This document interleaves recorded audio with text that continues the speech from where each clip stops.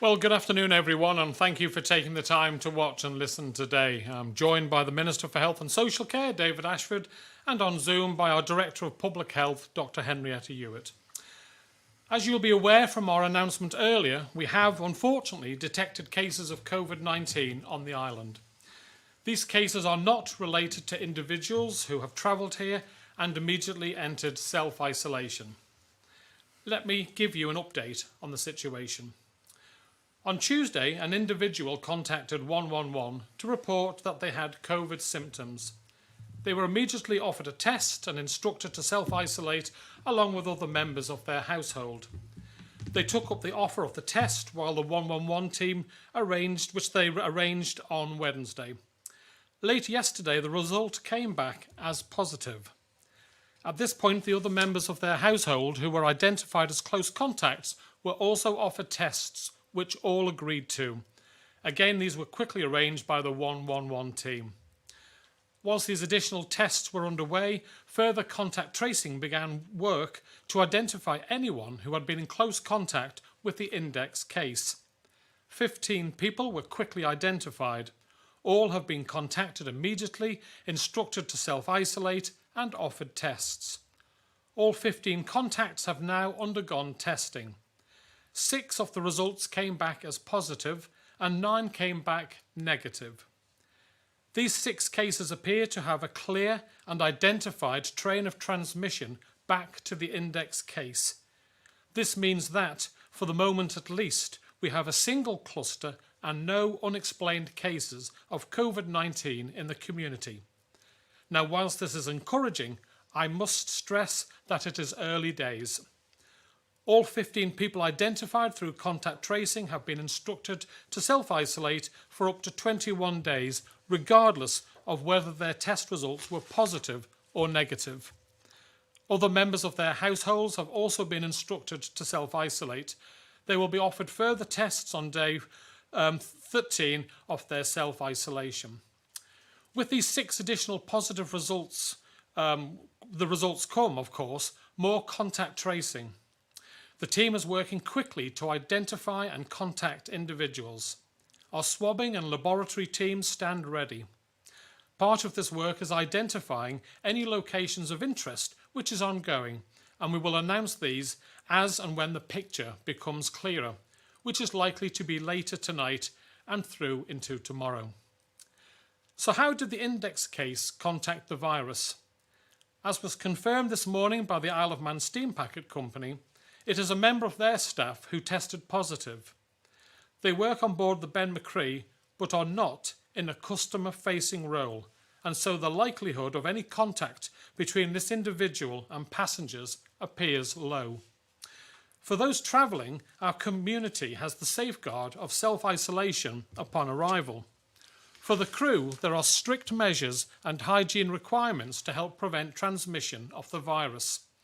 As the cluster extends beyond a single household, there is clearly work to be done in identifying how this situation has arisen. For this reason, it is not appropriate for me to speculate further here today. Our transport links remain the only route for the virus to reach the island. We know the majority of positive cases have been among returning residents who developed symptoms while self-isolating. The obvious wider risk has been the potential for the staff and crew of our air and sea carriers, particularly those who reside in areas where transmission levels are high, to bring the virus to our island, as we have seen over the past 24 hours. A week ago, Council of Ministers asked for an options paper on whether vaccinating the crew of our air and sea carriers could increase our resilience. That paper was considered this morning, and the Council of Ministers agreed that this is a sensible and responsible move which will strengthen our defences against the virus. Vaccination is therefore going to be offered to crew at the Steam Packet and Mezeron, the Ramsey-based freight operator, as well as Loganair, which operates regular flights to the island, and our air ambulance crews. This will help to reduce the risk to our crews who travel between the Isle of Man and the UK, or who work with UK-based colleagues, from becoming seriously ill as a result of contracting the virus and potentially unwittingly spreading infection to Isle of Man passengers and possibly more widely on the island. there is growing evidence that the vaccines may reduce transmission, although the extent of which is still to be fully confirmed. However, the possibility of reducing the risk of transmission will add an extra layer of defence against the risk of imported cases, leading to a return of community transmission. Council considered that it was important we now add an extra layer of protection around our critical national infrastructure, such as our air and sea services. The first line of defence, of course, remains the protocols in place by our carriers to mitigate risk of transmission of the virus, and now we will add a further layer of protection. We believe this will further help mitigate the risk to our people and help protect the freedoms we have enjoyed. So the question is, what action, if any, will be taken in response to this cluster? The Council of Ministers has met twice today to discuss and evaluate what is a fluid and evolving situation, with contact tracing continuing and our belief that we understand the chain of transmission. We have decided that we will not be bringing in any restrictions today.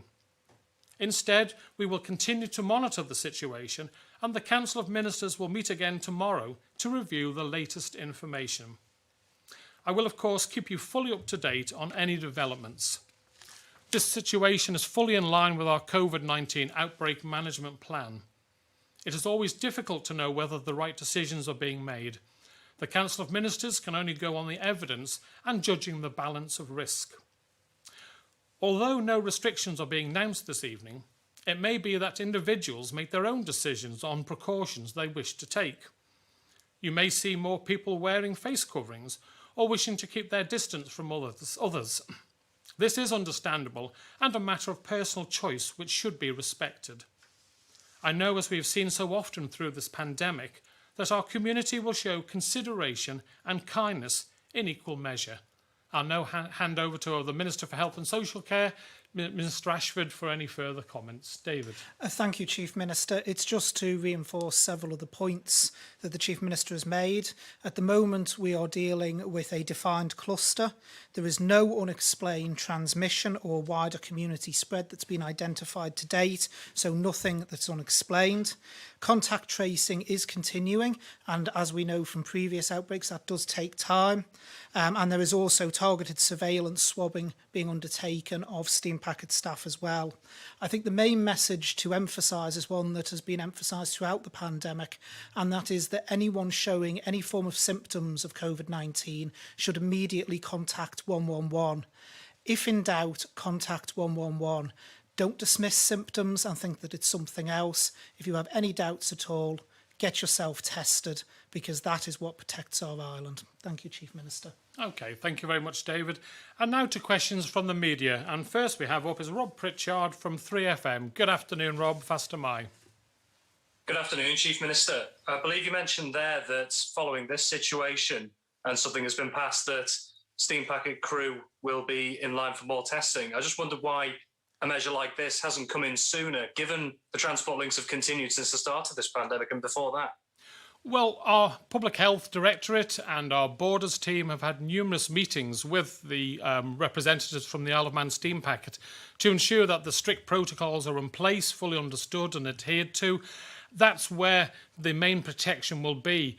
Doing the vaccination gives a layer of protection to the crew of the steam packet to carry out their duties, and that we don't have a situation where should there be a major outbreak, we don't have the crew being able to operate the ship. But it's the procedures that are the key protection to our people, and that's what is obviously being looked into at this moment in time. I don't know, David or Henrietta, if you want to add to that. I'll bring the Director of Public Health in a moment, if I may, Chief Minister. But just to say in answer to that, Rob, testing has its uses, but it is actually a point in time.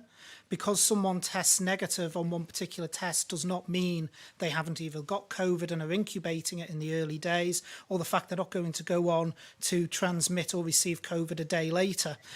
So testing has to be a mix of measures. The main mitigations with the steam packet is around protocols and ensuring that people follow the behaviours necessary to make sure those protocols work. That is the main mitigation that works. And I'll bring in the Director of Public Health in case she's got anything she wishes to add. Thank you, Minister. Yes, just to add to your comments really about the limitations of testing, the main mitigation for the steam packet crew has to date been the requirement for self-isolation when they're not on duty, when they come off their shifts. Now, they've been having to do that self-isolation every time they come off shift for a year now, nearly, which has taken quite a toll on them, obviously, and on their families. So the reason why we were exploring the use of testing as an adjunct self-isolation was to explore whether we could actually relax a bit of the self-isolation requirement for those crew groups. So the main mitigation has always been self-isolation, and as the Minister said, testing doesn't take away the need for it, but it may be able to mitigate and relax it slightly. Thank you. Thanks, Robin. Your next question. Yes, thank you. You say contact tracing is still underway. Do you know how many days it will take before you get a good idea of the extent of the situation? No, at this moment in time, the team are flat out doing a sterling job, I'm sure, but we'll be able to give you an update probably this time tomorrow to see whether we have more information on how long it's going to take to do it. But we're doing it thoroughly, and if it takes 2-3 days, then that's what we're going to have to do. I don't know if Dr. Ewart has anything to add on how long you think it'll take. I think it's going to take into the weekend to get the contact tracing and more particularly the testing completed. But obviously this is an emerging situation, and as always, we're taking a very focused and systematic approach to it, working from the cases to the highest risk contacts first, and then extending outwards as we find positives, if we find positives. So we should be much clearer as we get into the weekend. Thank you. Well, now we move on to Tim Glover from Manx Radio. Good afternoon, Tim. Fast am I. Fast am I. Douglas East MHK Chris Roberts show was on the man in line list lunchtime and, quote, was astonished that steam packet crews weren't vaccinated straight away when it was shown that the jab reduced transmission. We've mentioned this. There was an emergency question recently on it as well. Was it a political decision based on medical advice, the inference from Mr. Robertical leaders, and should have had the confidence to apply a common sense approach and have acted as it makes sense both medically and economically? Right, well, first and foremost, it wasn't the advice of our medical professionals or public health professional, I should say, that we did vaccinate. It would be taking away vaccine from people who are in serious risk of dying as a potential of contacting COVID-19. What we've looked at is saying, well, these sea links are really important to the island for the supplies and people to get over here, and can we give protection to our sea crews as additional protection to ensure that there's not a mass outbreak on the island, on the shipping lines. Also, it is accepted. It can give what we don't know yet, because there's no evidence to support that, minimal reduction in the potential to pass on the COVID-19 to people. So vaccination will not stop a spread of COVID-19 to the island through staff. It's there to help them. It may reduce the spread, but that in its own is not a protection. The greatest protection is ensuring that the rules and regulations agreed between our public health and borders team and the steam packet company, with the way their officers, etc., and team follow the rules. That is the key defence on how we stop the spread of COVID through our sea routes. And I don't know if David or Dr. Ewart want to add to that. Yeah, if I could, and then I'll bring Dr. Ewart in, Chief Minister. Tim, one of the things that keeps being said is around the reduction in transmission. Now, everything is looking positive at the moment, that the vaccine does reduce transmission, but I keep hearing this 67% figure bandied about, and we need to be very careful with that. Where the 67% figure comes from is from the preprint report in the Lancet, where that is the sort of midpoint of the PCR testing that was done. It's on a limited sample. And in fact, actually, it's from table 2 on page 21 of the study, and the confidence intervals actually put it anywhere between 49% and 78%. So that's actually quite a wide range. We don't yet have firm scientific evidence that actually shows how much that transmission is reduced. And I think one of the important things as well to emphasise is it is a reduction in transmission. It is not a removal of it. So even if someone is vaccinated, and even if the steam packet staff are vaccinated, they will still need to abide by all the rules and protocols in place, because it does not prevent them from, in circumstances, of passing it on to other people. And I'll bring the Director of Public Health in, if I may. Thank you, Minister. I mean, I think the Minister and the Chief Minister have really covered this very well, and we also went through it in some detail at press briefing last week. Anybody who makes a statement that vaccination prevents transmission is making a false and incorrect statement that is simply not borne out by the current evidence. As the Minister has gone through, this is from a preprint, so it hasn't been peer reviewed.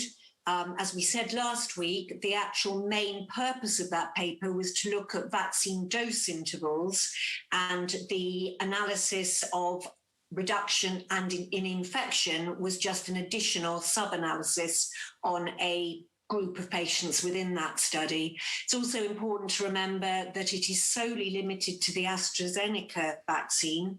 Nothing similar has been published on Pfizer. So we really have to be very careful on how far we interpret this and what weight we try and make it bear. And we have to say that it may be an encouraging early sign that it prevents infection and by proxy and inference, therefore transmission. So it may be an extra layer of Swiss cheese in our pack of Swiss cheese interventions, but no more than that. And it certainly doesn't negate the need for all the other protocols and mitigations that are in place. Thank you. I think it's also worth pointing out, Tim, that our colleagues in Guernsey haven't introduced any vaccination programme for their shipping links either. I don't believe Jersey have too, and New Zealand aren't going to start vaccinating until the middle of this year. So just to show you what others are doing at the same time. So your next question, Tim. Sorry, can I just get some clarification on this? Because we've always said Manx solutions to Manx problems, so I don't get why we're comparing to other jurisdictions. Any reduction in transmission or potential reduction in transmission was surely worth bringing in. This rather feels like closing the stable door after the horse has bolted, as one listener has just said. Well, no, we're being absolutely clear. Vaccinating the steam packet staff will not stop it coming into the island via steam packet staff. It's the behaviours and the adherence to the rules and regulations that have been brought in by public health. That's what will stop it. Vaccination may help the percentage of reduction. We've looked at this obviously before the outbreak. We've taken advice and we've made a decision to go down this route. But we are the first that I know of to do this. So I think it's unfair to say this certainly isn't a knee-jerk reaction. We'd already had the paper and asked for it over a week ago, long before this case has arisen. So its timing maybe is unfortunate, but no, we've come up with, a solution for what we think is right for the island. It is something we've raised for several weeks, however. Second question, other area of weakness potentially is UK key workers coming in. We've had, obviously, the Peel Silt involves key workers. The full 2 weeks isolation, we were told by Tim Baker, but we're hearing multiple sources that this isn't the case out there in Peel. Can you just clear up what's going on with the Peel Silt key workers? Well, there are clear rules and regulations, Tim, and I don't want to go on hearsay. If people genuinely believe that someone is breaking the rules, then that is a criminal offence and should be reported to the police without delay. We obviously have our rules. People know clearly when they come over what they have to follow. And if people of the island feel that there is a rule, that an individual is breaking the rules and their isolation, then I would urge them to contact the police and report it. Thank you. Thank you very much. Next, we have Alex Bell from the BBC Isle of Man. Good afternoon, Alex. Fastamai. Good evening. You mentioned before there that it is up to individuals to make their own decisions about things such as mask wearing. With the risk of community transmission now inarguably increased, Should the advice not be clearer on what people should do to lower their own personal risk? No, at this moment in time, we have a clear plan. It clearly sets out what happens with a certain number of cases in the community. We're following that plan at this moment in time. Yes, we have cases. We know where they've come from. They've not suddenly appeared, and we haven't been able to trace where they have originated from. So in this instance, what we're saying is if people wish to do certain things, then other residents should respect people's reactions. And I think, David, you might want to add to that. Yeah, if I may, Chief Minister. At the moment, we're dealing with a defined cluster. We haven't had any community spread that's unidentified off the back of that. So at the moment, there is no formal move to actually reintroduce face masks, etc. That's not believed to be necessary at this stage. Should the information change, then the decision process will change. But we follow a very clear plan. Many people may remember the 1886 cluster that we had earlier on. This is similar to that. It's a very defined cluster. It hasn't spread out anywhere else at the moment. Like I say, should the situation change, then the measures in place will change. But at the moment, it's a defined cluster and there is no need for the community to take any further action. Thank you. We are less than 3 weeks clear of the latest lockdown. Should restrictions be increased again, do you think people will adhere to them? Well, we've been in the good position where we've experienced nearly 7 months last year and, only 2.5 weeks or so this week. But yeah, I think people will. Hopefully we won't have to make any restrictions, or if they are, they'll be modest. But yeah, I think the people of the Isle of Man appreciate the freedoms that they've enjoyed and know that we've all got to work together to ensure that we get back to a normal situation. Thanks very much, Alex. Next we have Sam Turton from Jeff. Sam, good afternoon. Fast am I.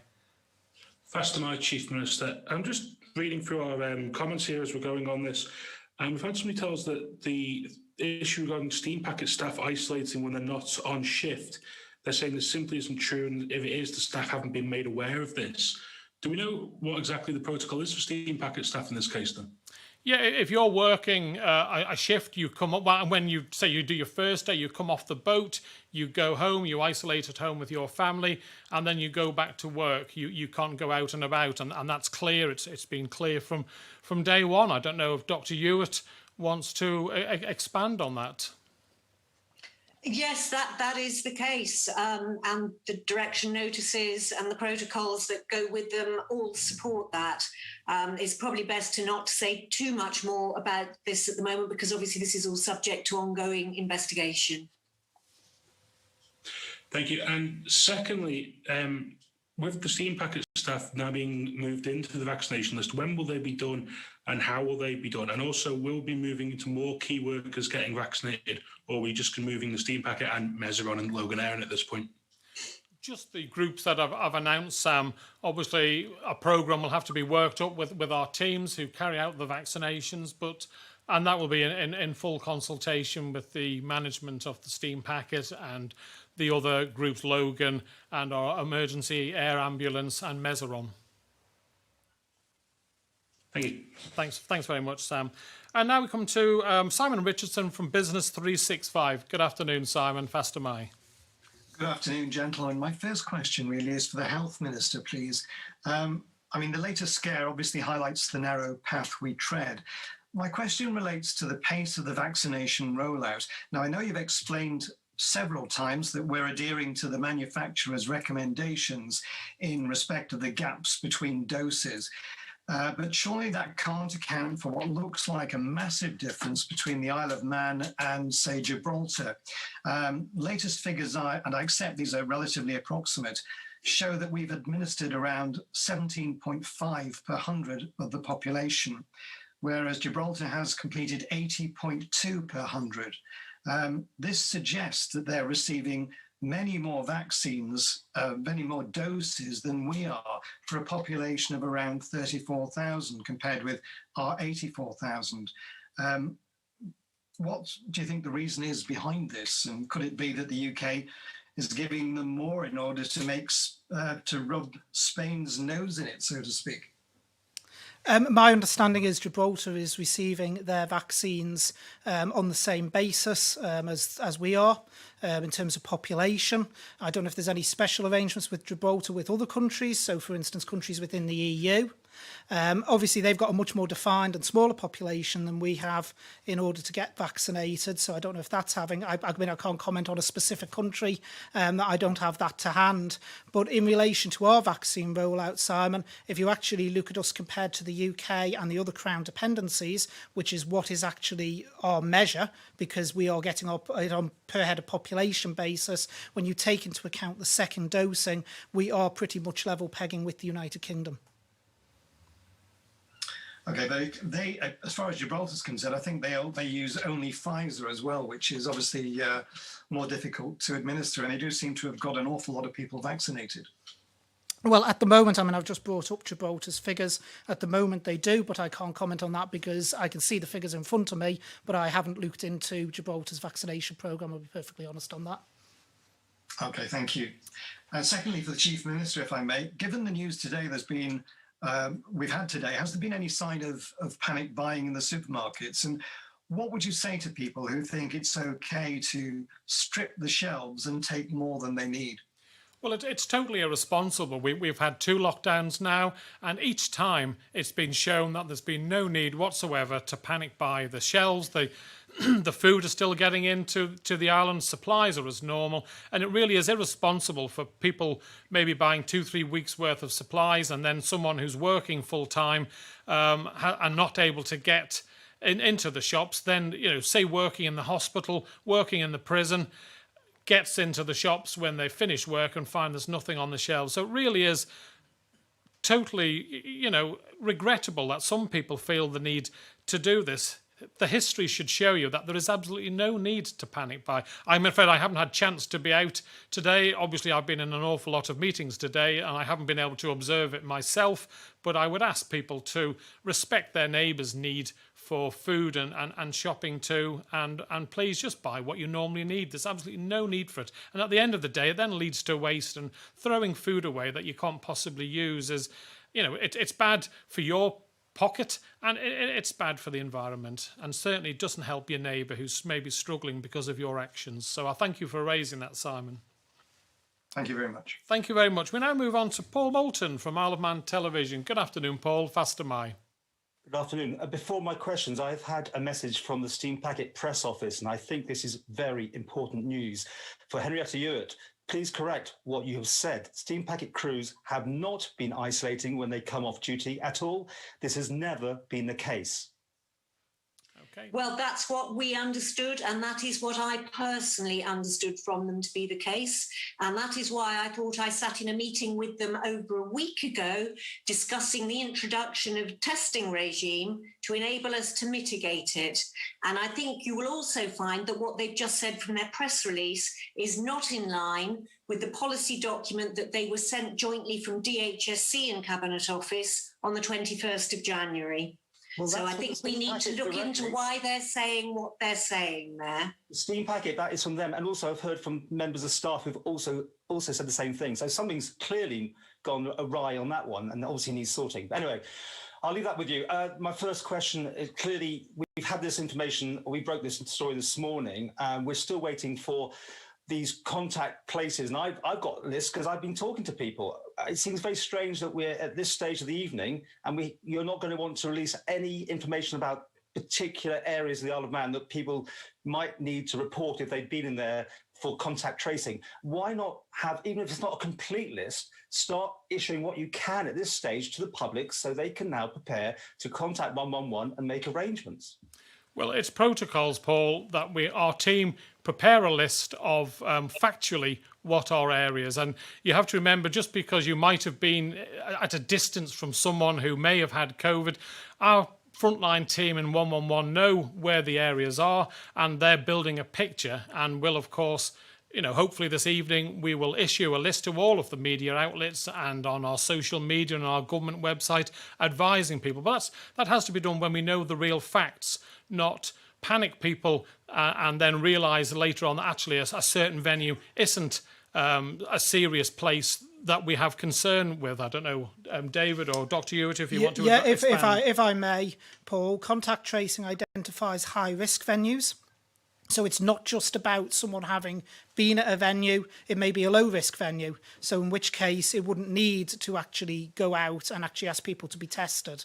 So we've been through this with the previous clusters that we've had, and it's exactly the same process being employed today. So it is absolutely essential that contact tracing do the proper investigatory work, identify those venues that are high risk, and then we can publish the list of high-risk venues. And if we want to do any surveillance testing, or we feel we need to do surveillance testing off the back of it. But it's a very defined process. It can't go off speculation on social media or individual people saying, I think I was with someone in this area. It needs to be done in a proper forensic way. And that's why we have the actual manpower within contact tracing. Once that is completed, then the list will be published and the public can rely on that as being an authoritative list. And I'll bring the Director of Public Health in. Yes, Minister has very well described the process we use, and it links with the comment I made earlier about the importance of being systematic and focused on this and following through the lines of transmission.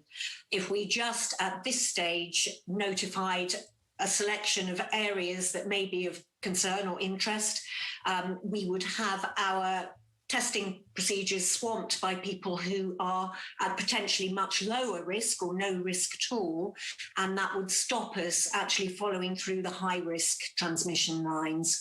So as the Minister says, that is why we need to keep focused and not make announcements prematurely.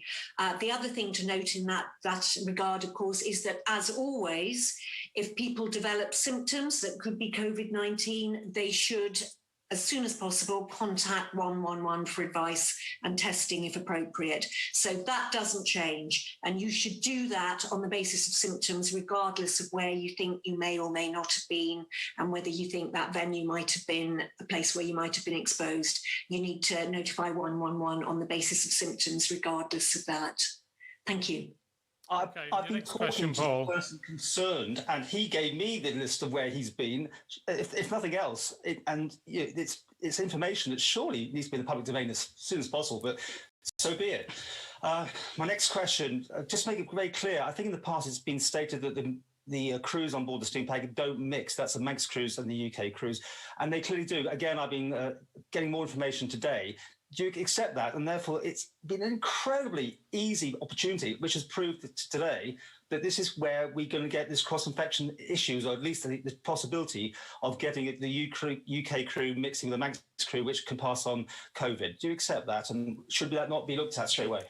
Well, obviously, Paul, the team are looking in to see how this infection has happened. There are protocols in place to ensure the protection of Isle of Man crews mixing with the off-Ireland crews, and also the protection for people travelling on the steam packet coming across contact with crew members of the Isle of Man steam packet company. So those protocols are there, they're in writing, and I'm sure it will be looked into, but I can't comment on anything that may be ongoing at this moment in time. But thank you for that. Okay, next we move on to Josh Stokes from ITV Granada. Good afternoon, Josh. Fast am I. Good afternoon, Chief Minister. You said Comyn met twice today, but no rule changes will be made. What will it now take for any rules to change? Is it purely down to community transmission? And secondly, can you add a bit of detail on rules that may change if this cluster is to develop? Because presumably social distancing will be one of the first things to come in. Yeah, well, obviously, it will depend on if we get an unexplained case where we don't know where it's come from. I suppose if you look at our previous experience when we had to go into lockdown, we had sort of 1886, what was known as the 1886 outbreak, where we knew where the case had come from. There were no unexplained cases. It was a pattern that we were able to clamp down on pretty handy, and no one had come forward who we couldn't understand where they had got COVID from. Then later on, sadly, early on in the year, we had another case where there was unexplained circumstances with people presenting themselves, and we were forced to implement a short circuit break lockdown to clear that situation. So at this moment in time, the 6 cases on top of the initial case have all got a clear relationship, shall we say, and we don't feel there is a need to do anything further. However, that said, it's still early days. We have a significant number of contact tracing to do, and we will have to await the results of those tests to see if we need to make any further decision. I don't know, David or Dr. Ewart, if you want to add to that. I'll bring the Director of Public Health in, if I may, Chief Minister. Yes, I don't really have anything very much to add to that. I think Chief Minister's put that very clearly. Thank you. Okay, thanks, Josh. My second question, given how quickly Guernsey's numbers have shot up towards the start of their second lockdown, surely the need to at least social distance must have been considered today. So how close was Comyn to bringing in any sort of rules today? Well, obviously, we were very concerned when you've got 6 cases that have come on from a community spread from, but we could follow the link. So we were concerned, but at this moment in time, we have clear procedures on how we will react to certain situations. At this moment in time, we didn't feel the need to make any changes, but obviously we can never say never. We are meeting tomorrow in the morning to review what's happened overnight with the results of the cases that we're waiting for. Should we need to do anything, obviously we will be doing another briefing to give you all an update. Okay, thank you. Well, thank you all very much, and thank you very much for your questions. Human behaviour is the front line in the fight against this virus. The actions each of us take make a difference. If you develop any COVID symptoms, please self-isolate immediately and contact the 111 service for advice. Please don't dismiss symptoms. We would much rather be safe than sorry. Please be responsible and stay safe. Do what is right for you and your family. I'll speak to you all again tomorrow. Good evening, and thank you very much for joining us.